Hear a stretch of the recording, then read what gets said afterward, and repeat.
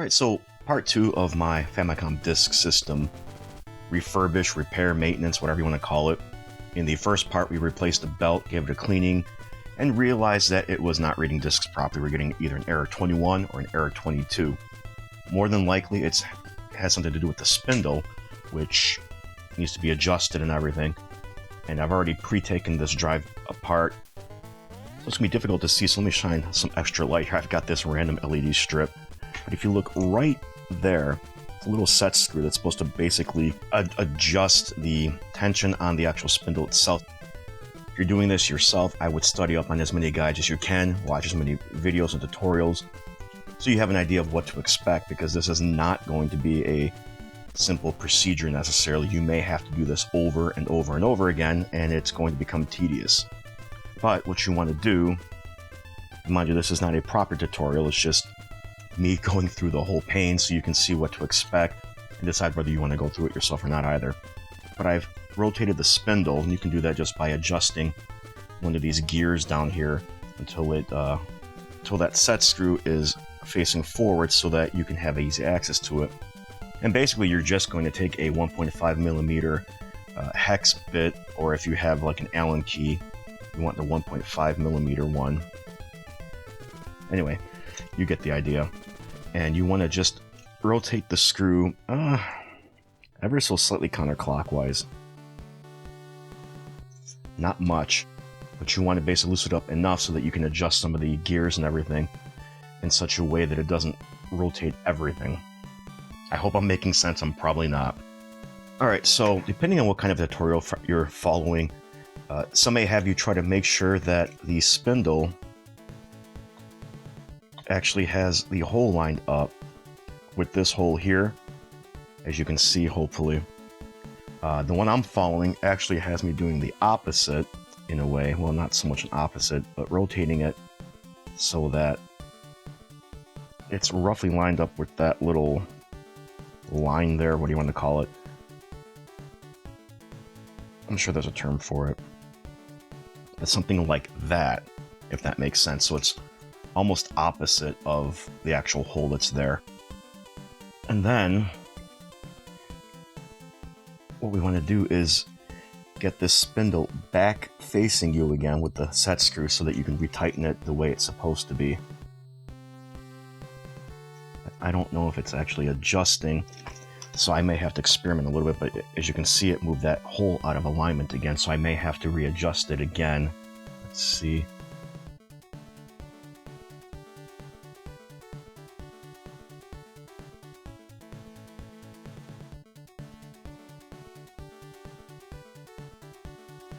I might not have loosened the set screw enough. So, and again, this is going to be all trial and error, unfortunately.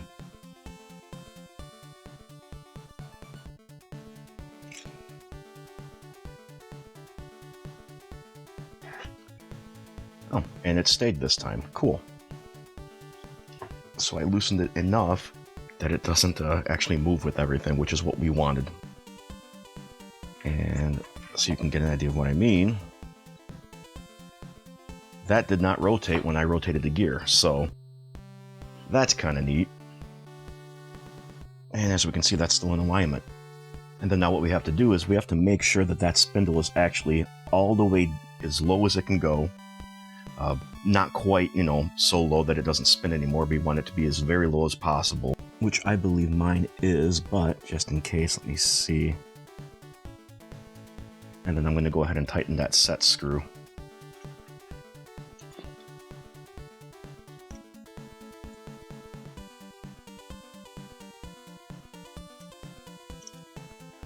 And it's not tighten, like you don't want to tighten it as if you're fighting for your life or anything. But you definitely want to make sure that it doesn't, you know, slip back out again. So like if we move that, the spindle inside should have moved with it, which it did. As you can see, the set screw is no longer visible. So if we go and line this back up again,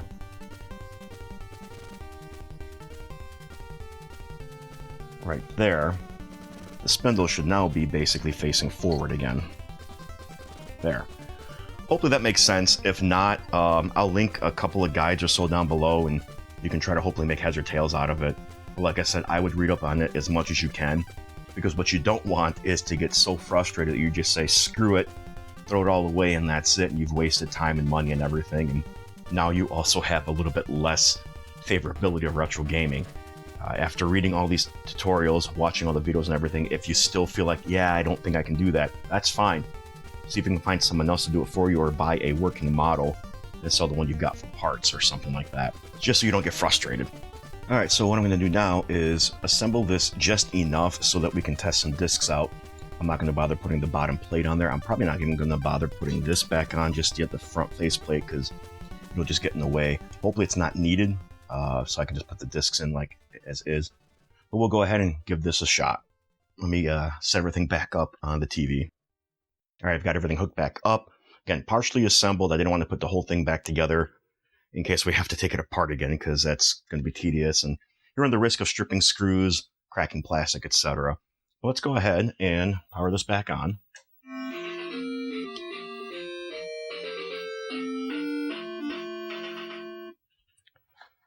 And we will try Falsion. See what happens.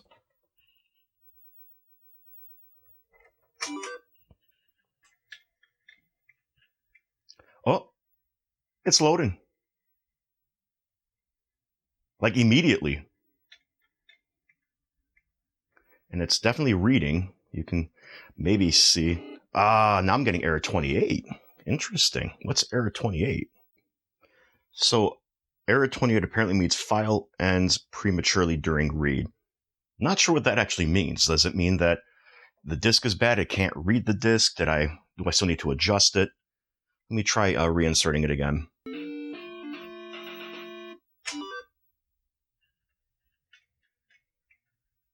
The fact that it gets to this screen means that it's able to read track 0 properly. At least I assume that's what that is.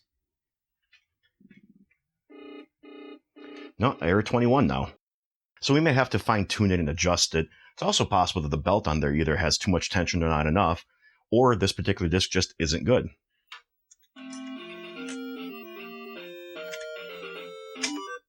Let's see what happens if I load it up upside down, or side B.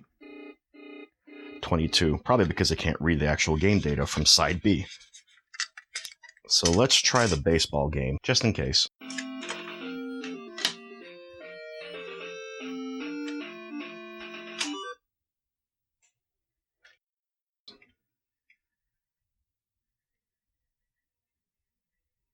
I see the head moving, so it's trying to read the disc.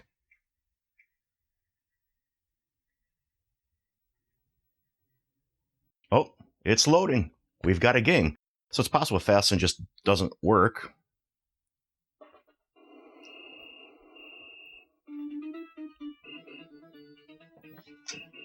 Wait, where's the controller at?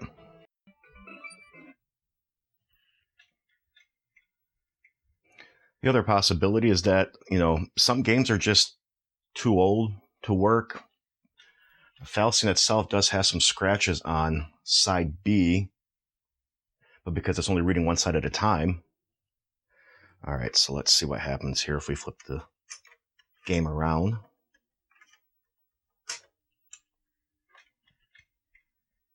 I may need to get some additional games. Oh, look at that.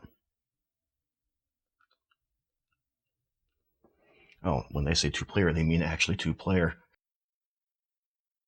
I was hoping it'll be against the computer or something. Of course, I have no idea what I'm doing. Oh, there we go.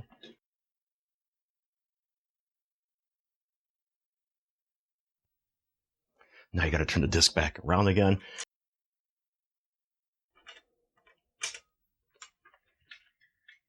Not exactly an enjoyable process, so you can see why, one of the reasons why the FDS didn't, are you kidding? Didn't completely succeed. And again, it's also up to the game developer themselves to make it a little bit more of an enjoyable process too, so. What would have helped, of course, is a double-sided read head, dual read head, I don't know how you want to call it, but.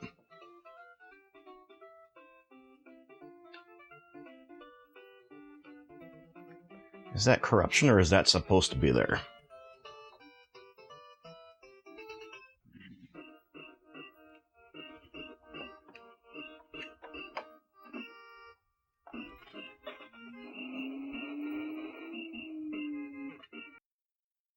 All right, so let me try Falsion again just in case, because I really want to see if that works.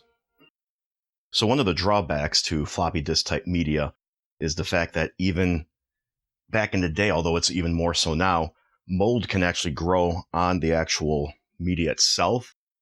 And I know it's kind of hard to see here. This disk looks like it's okay, in terms of, no splotches or anything, but I'm still going to try to give it a light wipe dusting just to be on the safe side. All right, I gave the disk a cleaning. Let's see what happens.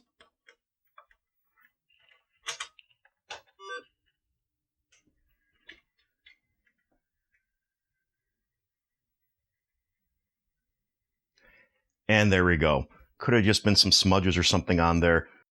Q-tip's not really dirty, but we're going to play normal play because... Wait, actually, let's try three-dimensional play.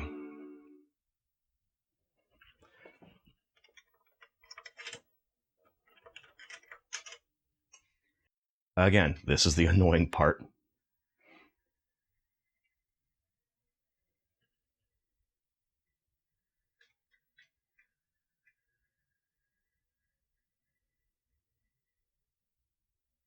Let me guess. Side A now.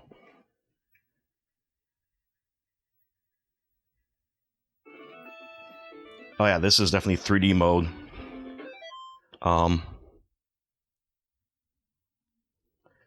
don't have the 3D glasses. It's still kind of playable.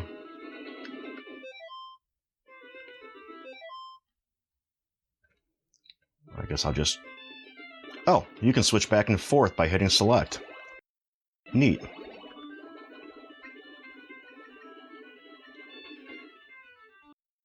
And of course, a Konami game, good music. I'm not very good at shmups. But there we go. It's working. Like I said, let me go ahead and put this thing back together. One more test and wrap this up.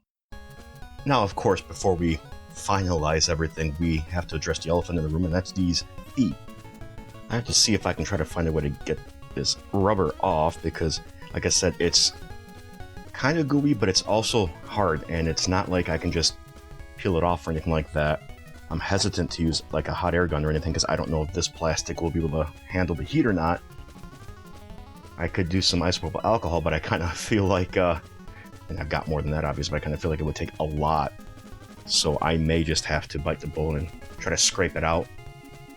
So I got most of it off there. The rest will probably just require some IPA and cleaning. I used a little plastic pry tool, spudge, or whatever you want to call these, and was able to remove a good chunk of it that way. So I think I'm going to go ahead and do it with the rest of them. Alright, so it's not perfect, but I'm not really concerned with inside of the feet. I'm just more concerned with the outer perimeter, because this can be covered up anyway. But, yeah, look at all that there. Now, these should be about 15 millimeters across in the interior diameter, so I'm hoping that I have rubber feet for it. Initially, all I could find were these here, and definitely too small. I mean, it would work, and it would definitely keep this thing elevated and also give it a little bit of a grip. But I want to try to see if I can get one that better matches. So, now I do have this little kit here. I don't know if any of these are going to fit, but we'll find out.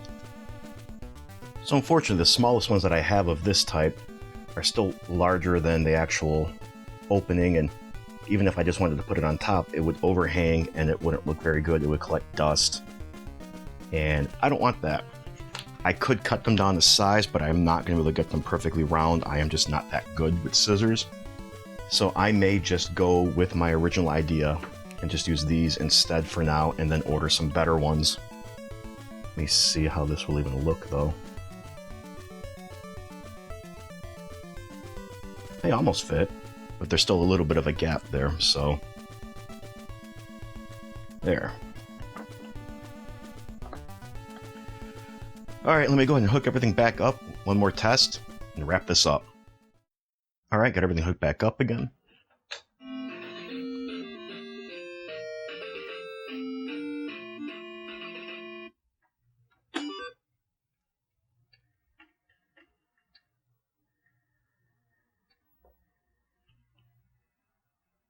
Oh, that's interesting. It doesn't go to a black screen first. Error 7. Does it not like my rubber feet?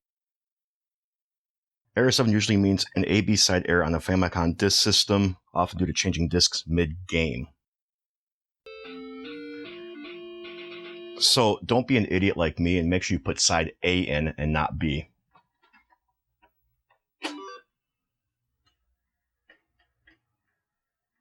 That's better.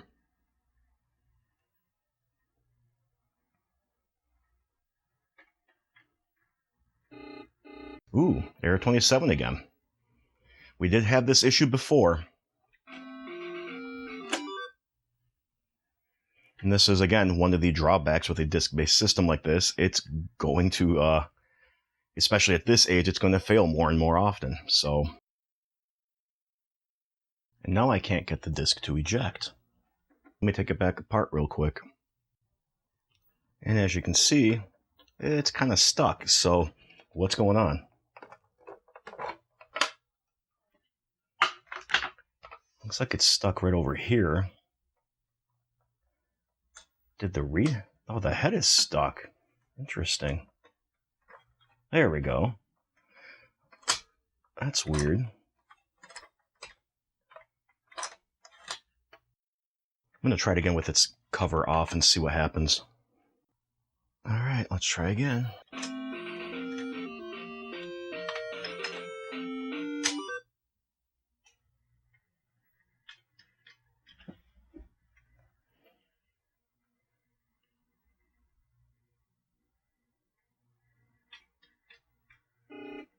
That's fine.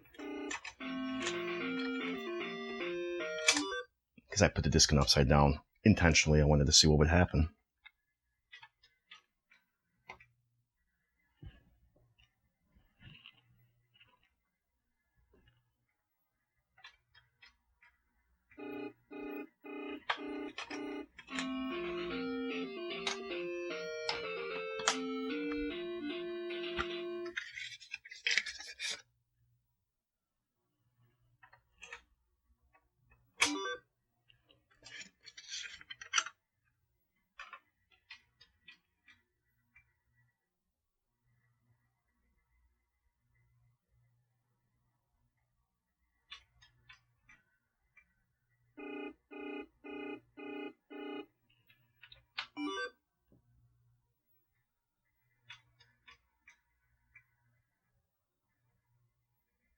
May still need to do some adjustments on the actual drive mechanism, whether it's a spindle or maybe the head itself.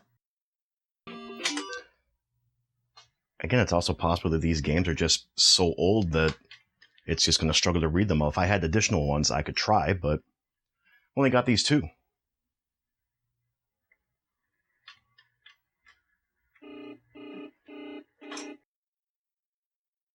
So I'm going to have to take this apart again just to make sure the alignment stuck. It's possible maybe I didn't tighten the set screw enough and it ever so slowly came out of alignment, so I'll keep at it.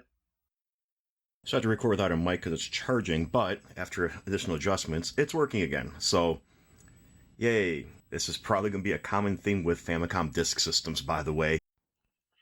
Alright, back together. Final test. Let's see.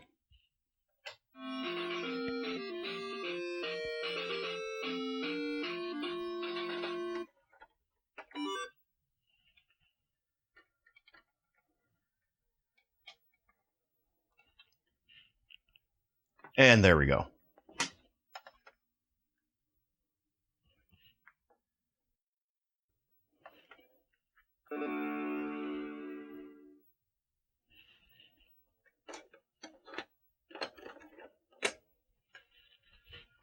I do like how it has an auto detect for the discs, similar to like a Macintosh or an Amiga.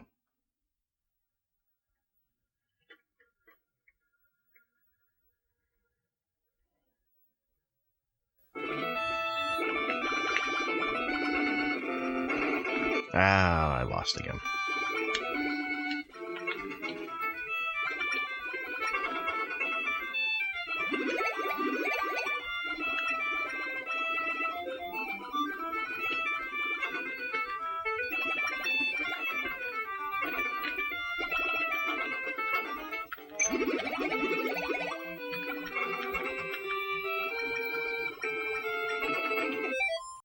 But as you can see, it is working. Let's wrap this up before something else goes wrong.